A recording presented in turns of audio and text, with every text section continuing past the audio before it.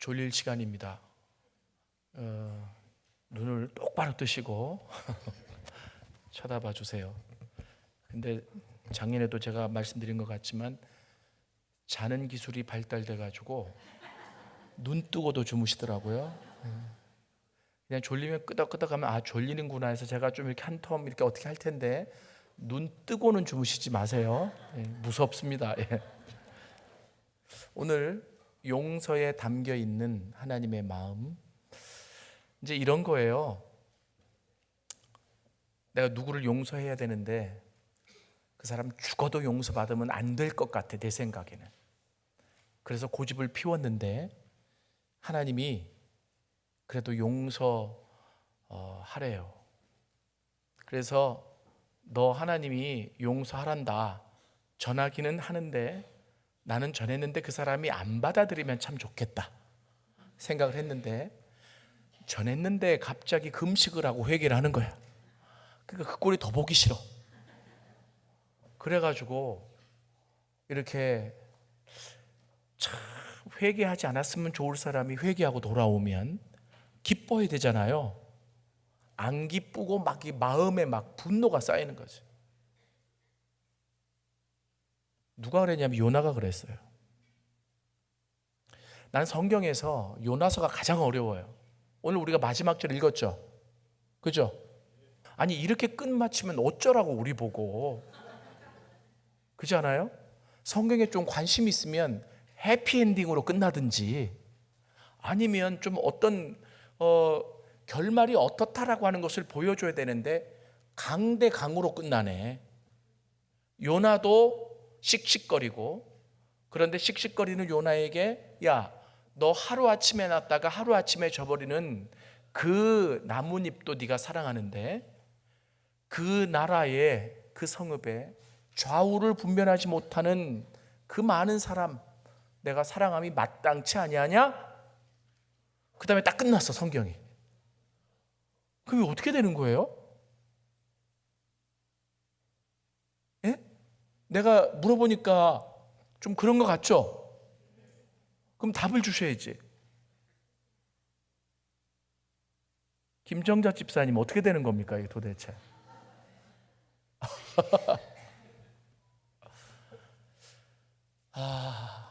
그래서 제가 요나서가 가장 어려워요. 그런데 요나서 때문에 제가 여기 서 있습니다. 제가 좀 성격이 급한가 봐요. 결론부터 얘기할게요. 요나는 선지자죠. 그런데 회개하라고 말씀을 선포하라고 보냈는데 전혀 이 말씀을 받아들이지 않았으면 좋겠다는 생각으로 전했을 거예요, 제 생각에는. 그런데 그 말씀을 받아들이고 금식하고 회개를 해. 그러니까 기쁘질 않고 화가 나는 거예요. 그래서 그렇게 화를 내는 요나에게 하나님은 어떻게 하실까? 가라 그랬는데 안 갔잖아요. 니느웨로 가 그랬는데 다시스로 갔잖아요. 그래서 물고기 뱃속에 집어넣었잖아요. 그죠? 나만 아나요? 다 아시는 거잖아요.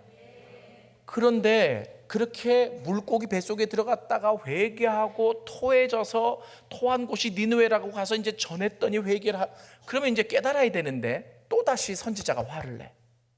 여러분, 용서가 이렇게 어려운 부분이 있어요. 그럴 수 있죠. 그리고 성경이 딱 끝나니까 그럼 이게 도대체 뭐냐? 실은 여러분들한테 묻고 답을 좀 듣고 싶은데 형식이 또 설교 형식이고, 그리고 또 그럴 넉넉한 시간도 없고, 제가 답을 드리자면 니느웨에 있는 하나님을 알지 못하고 악을 일삼던 그 성읍의 사람도 하나님이 사랑하신다면 하나님의 선지자로 평생 수고한 요나도 사랑하십니다. 그래서 그 요나의 마음이 하나님의 마음을 알고 따라가기 위해 기다리시는 거예요. 이게 저는 요나서의 결론이라고 생각해요. 그럼 요나가 나중에 알았을까요? 몰랐을까요? 나는 모르겠어요. 그런데 천국 가서 꼭 물어볼 거예요. 하나님은 기다려 주세요. 근데 그 기다림이 오래될수록 나만 힘들죠. 오늘 이 메시지를 포함해서 5번 용서에 대해서 메시지를 들으면서 해야 되는데 알아요. 그런데 너무 힘든 분들이 계실지도 모르겠어요. 분명한 것은 너 왜 내가 시키는 대로 안 해? 라고 하나님이 따져 물을 수 있지만 왜? 그 사람을 위해. 그러나 하나님 정죄하지 않아요. 그리고 기다리세요. 그래서 제가 요나서를 가지고 책을 썼습니다. 열방을 향한 하나님의 마음, 요나의 마음. 하나님 마음하고 요나 마음하고 다르더라고요. 그렇죠? 우리가 하나님의 마음을 다 헤아릴 수 있다면 아마 그렇게 하나님하고 대치하지 않을 거예요. 요나의 이름의 의미가 비둘기라고 하는 의미입니다. 아까 오전에도 말씀드렸지만 이름은 유대인에게, 이스라엘 사람들에게, 요나는 북이스라엘의 선지자였지만 이 이스라엘 사람들에게 이름이라고 하는 것은 그 사람의 정체성이에요. 그 사람의 삶의 모습이에요. 그럼 요나의 이름이 비둘기다. 평생을 온유하게 살아왔어요. 비둘기 하면 온유, 평화 뭐 이런 걸 상징 아닙니까? 그런데 그 요나에게 어느 날 하나님의 말씀이 임하는 거예요. 하나님의 말씀이 아밋떼의 아들 요나에게 임하니라. 너는 니느웨에 가서 나의 말을 전하라. 전하기 싫은 거죠. 왜요? 우리는 이 잘 몰라요. 그러면서 야, 요나가 선지자인데 어떻게 그래? 왜 그랬냐면 나라를 사랑했기 때문에 그래요. 북이스라엘에 살았다 그랬잖아요. 근데 북이스라엘을 늘 괴롭히고 죽이고 사람들을 죽이고 약탈하고 무력으로 진압하고 그들을 너무 힘들게 했던 나라가 아수르예요. 그 아수르의 수도가 니느웨입니다. 평생 원수예요.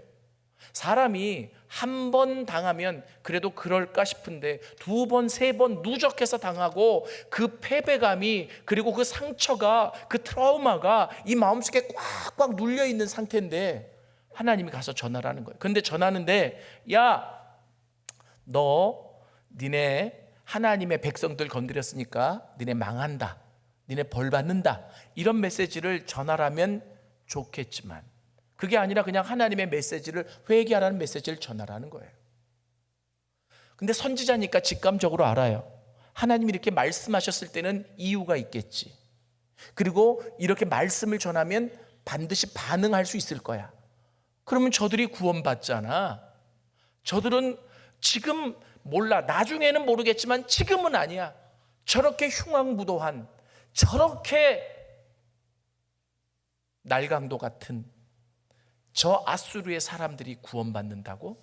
하나님, 내가 당신의 선지자지만 이것만큼은 못하겠습니다. 이럴 수 있잖아요. 그죠? 그러니까 성경에 보면 참 우리가 말하지 못했던 것까지 다 표현해 주는 이런 내용들이 있어서 너무 고마워요. 그죠? 이런 경우가 반드시 있을 수 있어요. 그래서 이 선지자가 고민하다가 니느웨와 반대가 되는 다시스로 가는 배를 탑니다. 여러분, 이제 이 요나가 조금 이해가 되세요? 이해된다고 합리화시키면 안 됩니다. 그냥 요나가 왜 그랬을까? 조금 그랬을 수 있겠다, 이렇게 생각하는 거죠. 그런데 하나님이 그 요나를 그냥 두지 않아요.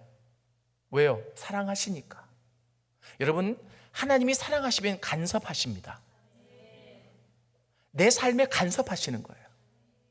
내 삶에 간섭하지 않는 게 불행이에요. 잘못된 길을 가는 것을 보는데 브레이크를 걸어야죠. 그죠? 그리고 다시 돌이켜야죠. 깨닫게 해줘야죠. 그래서 이 요나가 물고기 뱃속에 들어간 거예요. 때로는 그 하나님의 간섭이라고 하는 것이 내가 원하지 않는 방향으로, 그리고 내가 기대하지 않는 방향으로 흘러갈 수 있어요. 그때 나는 하나님 너무하십니다. 어떻게 우리나라에도 지금 힘들게 사는 사람이 많은데 그렇게 짓밟고 무자비하게 짓밟고 죽이고 그렇게 약탈해간 저 민족에게 복음을 전하라고 하십니까? 그래서 내가 지금 안 가겠다는 건데 하나님, 내 마음도 모르고 나를 물고기 뱃속에 집어넣어요? 이럴 수 있잖아요. 아직 죄송하지만 육신이 살아있어서 그런 소리 하는 거예요. 저도 이렇게 얘기하지만 이런 모습이 제 모습이더라고요. 그래서 요나서 보면, 요나서를 강의할 때 보면 강의하는 강사들이 꼭 하는 말이 있어요. 요나는 요지경 요꼬라자인 나다. 그게 요나다. 응? 요나. 그러니까 요나가 꼭 내 모습과 같은 거죠. 그런데 사람이요, 이제 죽는다고 생각하면 더 이상 바랄 게 없잖아요. 그러니까 물고기 뱃속에 가서 그 어둠 속에서, 그 밑바닥에서 사투를 하며 하나님 앞에 기도해요. 그러면서 이 물고기 뱃속까지 집어넣으신 것이 하나님이 내 삶에 간섭하신 거다. 그게 깨달아지면 그 다음에는 회개를 할 수 있거든. 이게 하나님의 간섭이라고 생각하지 않고, 그리고 하나님이 나를 끌어가시는 거라고 인정하지 않으면 회개가 안 나와요. 그런데 그가 그 안에 들어가서 회개하기 시작해요. 그러면서 구원은 여호와께로, 구원은 여호와께로, 완전히 새 사람이 됐죠. 그러자 이 물고기가 웩 하고 토해냅니다.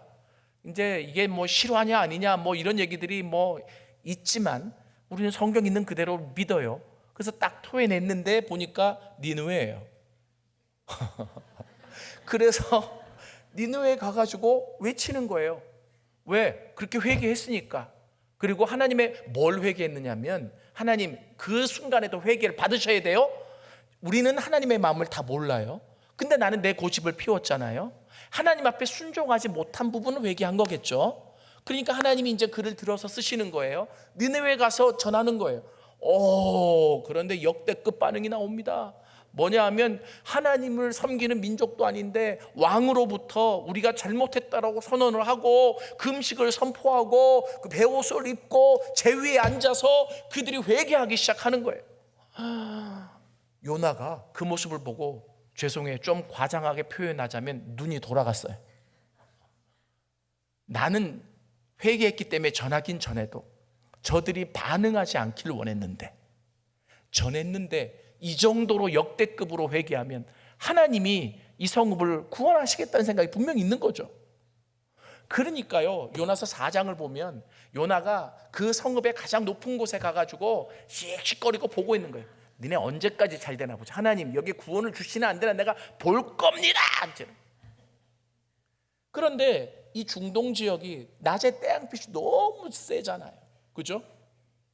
그래서 이 요나가 그 태양빛을 피하기 위해 그 이파리 하나가 있는데 박넝쿨에 그 이파리 밑으로 가서 머리를 식히고 그리고 지켜봤는데, 그 다음 날 갔더니 하나님이 요나가 의지했던 그 이파리를 벌레를 보내셔서 다 갉아먹게 하시고 이파리마저 없게 하시는 거예요. 그러니까 요나가 화가 더 나는 거예요. 씩씩거리는 거예요. 그러니까 하나님이 뭐라고 그러시냐면, 야, 네가 하루아침에 났다가 하루아침에 없어지는, 근본도 알지 못하는 그 나무 이파리를 사랑했다면, 내가 좌우를 분별하지 못하는 12만 명이나 되는 이 성읍에 있는 사람, 나의 형상과 나의 모습대로 지음받은 내 자식이다. 사랑하는 거 당연하지 않냐? 아직은 너희들 가운데 이해관계가 얽혀 있어서, 그리고 피해관계가 얽혀 있어서, 그리고 트라우마가 있어서, 상처가 있어서 하나님의 마음을, 그 아버지의 마음을 다 알지 못하기 때문에 그 안에서 네가 반응하는 거 내가 지켜보지만 너 한번 생각해봐라. 잎사귀도 중요하지만 그 안에 12만 명이나 되는 한 영혼 한 영혼이 중요하지 않냐. 그리고 끝나요. 그러니까 결국 요나서는 요나의 아직 굴복하지 못한 모습과 그리고 하나님이 왜 그렇게 시키셨는지 자신의 의지를 드러내신 부분이 딱 드러나고 끝나는 거예요. 그 다음에 요나는 계속 불순종해서 하나님의 벌을 받았더라 뭐 이런 말도 없고, 그리고 요나가 하나님의 말씀을 듣고 회개하였더라 이런 말도 없어요. 그러면 그 다음에는 뭐냐? 독자한테 맡기는 거죠. 그런데 우리는 성경의 여러 구절을 통해서 유추해 보건대 그게 은혜다. 그렇게 또다시 물고기 뱃속, 여러분 잘 들어요, 물고기 뱃속에 들어갔다 와도 반항하더라고. 남의 얘기 아니잖아요, 그죠? 물고기 뱃속에 들어가서 그렇게 고생하고 회개해 놓고도 또 마음에 안 드니까 신경질 부리더라고. 그런데 그런 나를 하나님이 지켜보시는 거예요.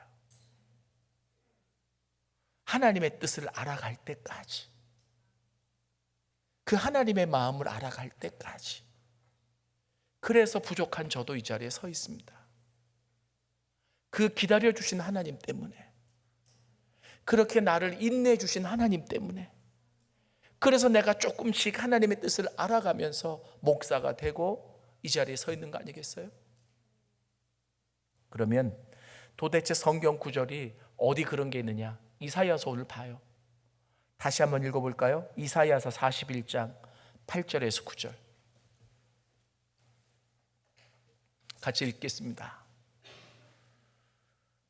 시작. 그러나 나의 종 너 이스라엘아, 내가 택한 야곱아, 나의 벗 아브라함의 자손아, 내가 땅 끝에서부터 너를 붙들며 땅 모퉁이에서부터 너를 부르고 내게 이르기를 너는 나의 종이라, 내가 너를 싫어하고 버리지 아니하였다 하였노라. 아멘. 자, 제 얘기 잘 들어보세요. 지금 이사야 41장은 이스라엘이 바벨론 포로로 끌려갔을 때 쓰여진 글이에요. 특히 이사야 40장부터는 하나님이 회복을 말씀하고 계십니다. 자, 그런데요, 중요한 게 뭐냐 하면 이스라엘이 왜 바벨론 포로가 됐나요? 하나님의 백성인데. 하나님 멀리하고 자기들 멋대로 살다가 우상 섬기다가, 그죠?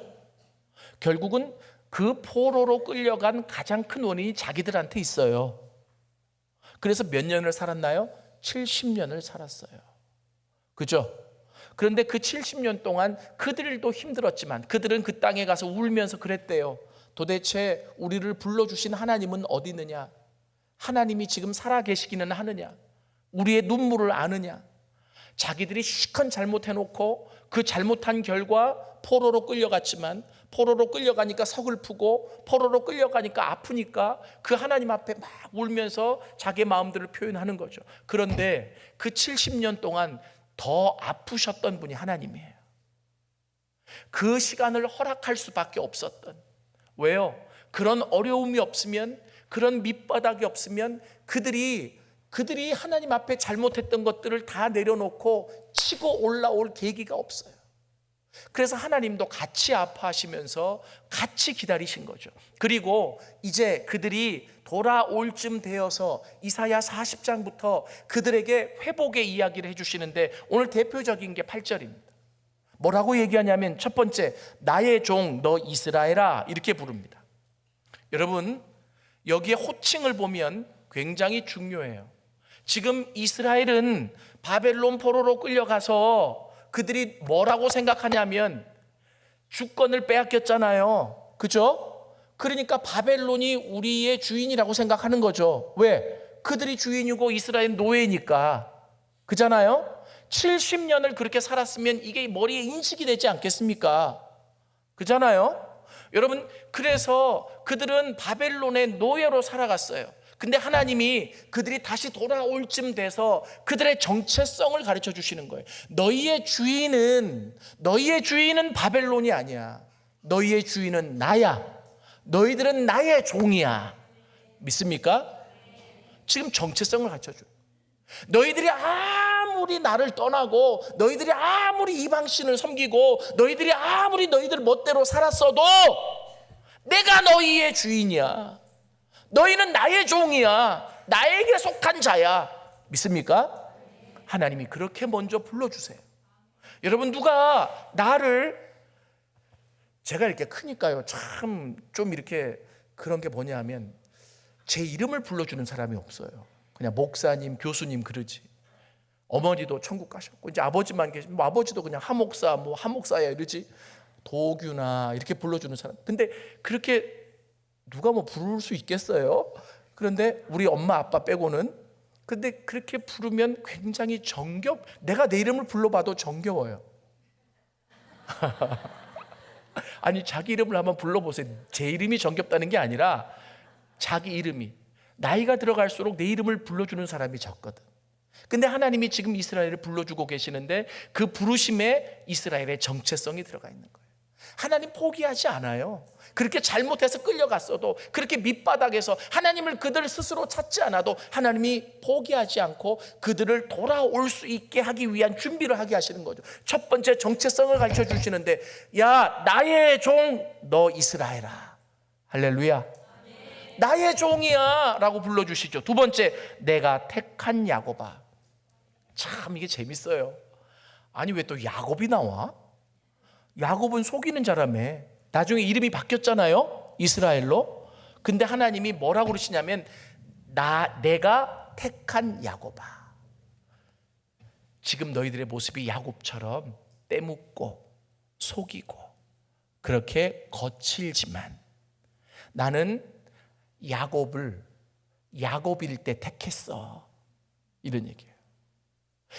그가 이스라엘이 되었기 때문에 택해서 족장을 삼은 게 아니라 야곱일 때 택했어. 그러니 지금 너희들이 그렇게 야곱처럼 거칠고, 그리고 이게 마음속에 여러 가지 정리가 안 된 부분들이 많다고 할지라도 너희들은 나의 택한 자야. 믿습니까? 지금 하나님이 그 말씀해 주시는 거예요. 그리고 세 번째 뭐라고 얘기하냐면, 나의 벗 아브라함의 자손아. 야, 아브라함은 하나님의 친구였잖아요, 그죠?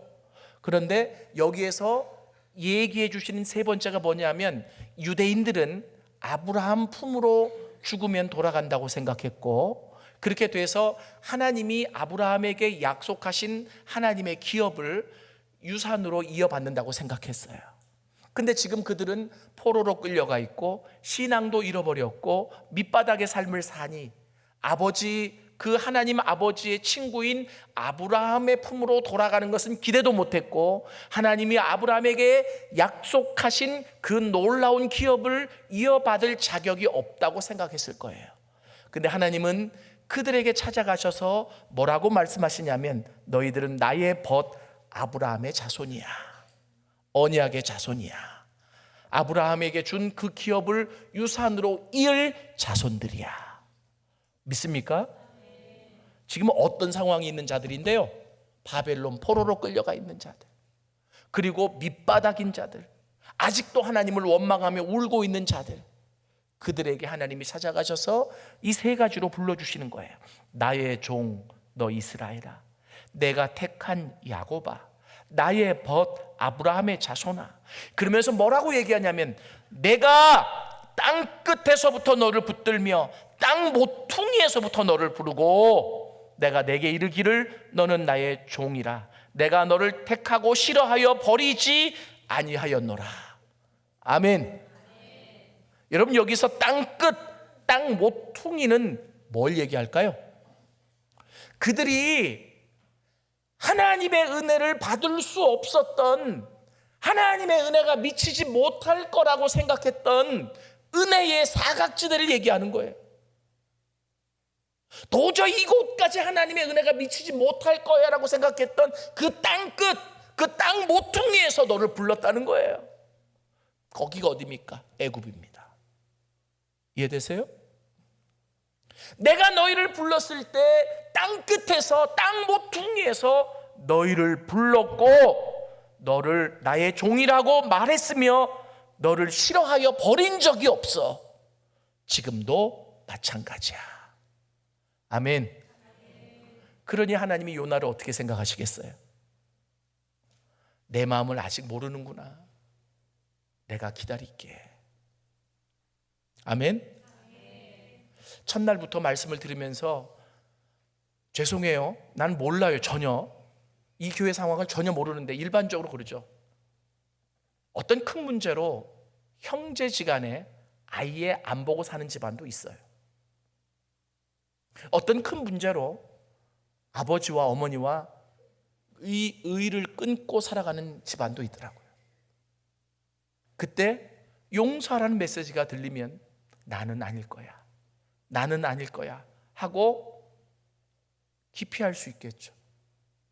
그런데 지속적으로 이 메시지가 들리면 하나님 그러면 어떻게 하라고요? 라고까지 나왔지만 아직 실천하지 못하면서, 실천하지 못했기 때문에 죄책감이 남아있을 수 있겠죠. 하나님 나를 저주하실까? 하나님 나를 벌 내리실까? 결론은 그거예요. 하나님의 마음을 알 때까지 기다리신다는 거죠. 그러나 하나님 포기하지 않아요. 믿습니까?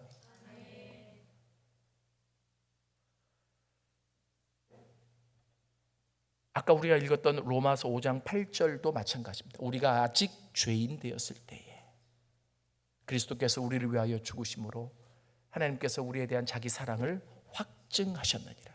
언제 죽으셨다고요? 죄인 되었을 때. 이해되세요? 하나님은 한 사람도 포기하지 않으십니다. 제가요, 요즘 날씨가 좋잖아요. 지난 주일날 어떻게 인터넷을 서핑하다가 제가 찬양 하나를 발견했는데, 이 찬양이 나온 지가 오래됐는데 요즘 떠요. 그런데 이 찬양 가사 내용 자체가 복음이야. 근데 이 찬양을 듣다가 나한테 하시는 하나님의 음성처럼 들려서 그 가을날 전 참 눈물이 많은가 봐요. 울었어요. 누가 이렇게 얘기했더니 목사님 갱년기인가 봐요. 그건 아니고 원래부터 눈물이 많았어요. 그래서 제 별명이 예레미야입니다. 눈물의 선지자. 아니, 예레미야를 닮아갔으면 좋겠는데 주변에 있는 사람이 붙여준 거예요. 제가 지난 주일날 이 찬양을 듣다가 그렇게 울었어요. 그래서 내 아는 지인들에게 쫙 뿌렸는데 요즘은 소통이 싫은가 봐. 답장 온 사람이 2사람뿐이야. 그리고 나중에 학교 가서 만났더니 너무 좋았어요. 그럼, 야, 그럼 답장 좀 하지 했더니, 아, 그거 안 해도 다 아는 거 아니에요? 아니, 안 하면 몰라. 내가 그랬어요. 한번 들어보실래요? 제목은 너는 아느냐. 이 가사를 잘 들어보세요. 나한테 주시는 하나님의 음성인 것 같아요. 한번 틀어주시죠. 이 가을에 하나님이 나에게 보내시는 러브레터 같아요. 너는 아느냐. 내가 너를 얼마나 사랑하는지. 너는 아느냐. 내가 너를 얼마나 좋아하는지. 너는 아느냐. 내가 너를 얼마나 기다렸는지. 성경은 지속적으로 사랑하시고 좋아하시고 기다리시는 하나님의 이야기로 가득 차 있습니다. 그래서 우리가 존재하는 거죠.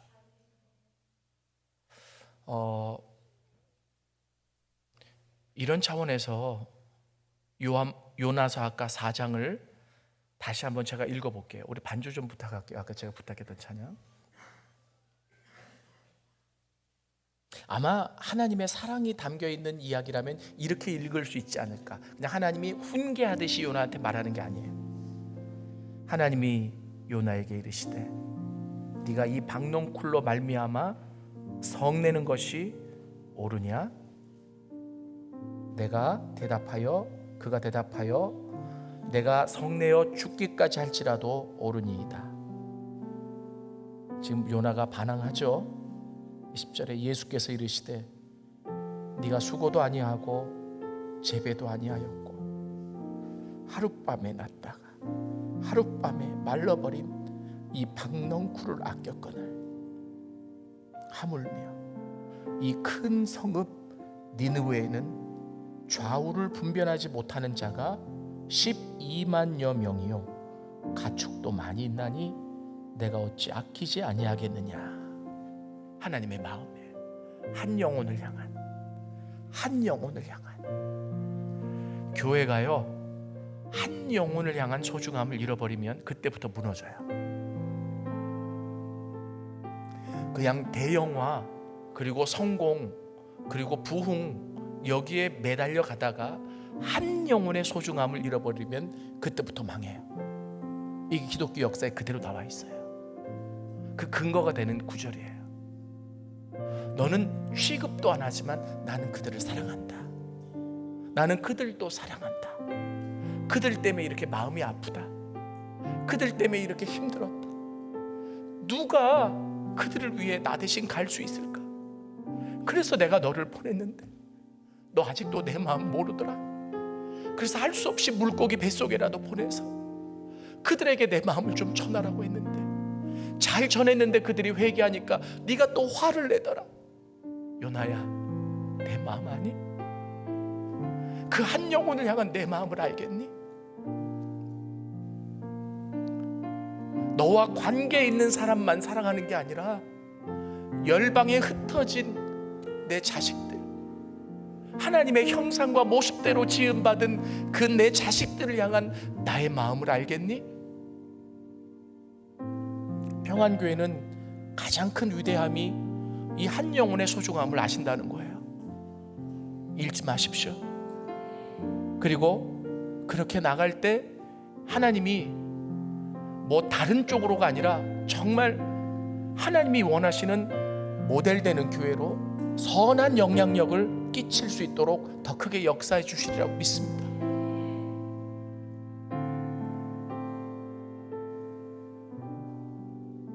제가 제자 훈련을 하면서, 제가 저번에도 얘기했지만 학교에서 전도하기 가르치는 게 제자 훈련, 제자 양육, 제자도, 제가 이제 늘 글 쓰고 그리고 가르치는 건데, 제자 훈련을 하면서 깨달은 것 중에 하나가 이거예요. 반주해 주세요. 제가 몰랐을 땐, 열심만 있었을 때는 제자 훈련으로 변화되지 않으면 제자 훈련이 실패했구나 이렇게 생각했어요. 그리고 저를 돌아봤죠. 뭐가 잘못됐을까? 물론 그것을 통해 제가 많은 것을 깨닫기도 하고 더 온전해지기도 했지만, 어떤 경우에는 최선을 다했는데도 사람이 쉽게 변하지 않는 모습들을 보면서 하나님, 도대체 뭐가 문제입니까? 라고 물었던 적이 여러 번 있었던 것 같아요. 깨달은 게 있어요. 우리가 잘 모르잖아요. 훈련을 통해서 내 잘못된 것들을 보고 하나님이 고치기를 원하는 것들을 드러내시고, 그리고 하나님이 원하시는 모습대로 맞춰가는 거죠. 그러나 그 훈련 안에 다 끝나는 게 아니라, 훈련 때 하나님이 모든 것을 보게 하시고 결국 신앙은 나와 하나님과의 관계예요. 그래서 그 훈련 때 훈련받은 것을 가지고 내가 완성해 가는 거죠. 하나님이 원하시는 모습대로 완성되어 가는 거예요. 그래서 그 기간까지 기다려주시는 하나님이 계셔야 되는 거예요. 하나님 포기하지 않아요. 오늘 분명히 내가 너를 싫어하여 버리지 아니하였노라. 믿습니까? 제자들도요, 요한복음 21장에 보면 그렇게 예수님의 죽음과 부활을 목격해 놓고도 또 고기 잡으러 가죠. 근데 예수님 또 찾아가세요. 그리고 그들을 회복시켜 주십니다. 아직 그들은 예수님이 승천하실 때까지 완전하지 못했어요. 그러나 성령이 임하고 그 가운데서 그들이 무엇을 배웠는지, 무엇을 훈련받았는지를 떠올리면서 성령의 인도하심 가운데 자신을 굴복하고 하나님이 원하시는 모습대로 맞춰가다가 결국은 거꾸로 십자가에 죽는, 순교하는 베드로의 모습까지 있어지게 된 겁니다. 기다려주시는 하나님, 그 하나님 앞에 감사하면서, 하나님 훈련시켜 주신 것, 듣게 주신 메시지, 하나님 빨리빨리 실천할 수 있도록 나를 도와주시고 인도하시고 환경도 열어주시고 온전한 예수의 제자가 되기 위해 달려갈 수 있는 자들이 되게 하여 주옵소서. 그렇게 기도했으면 좋을 것 같아요.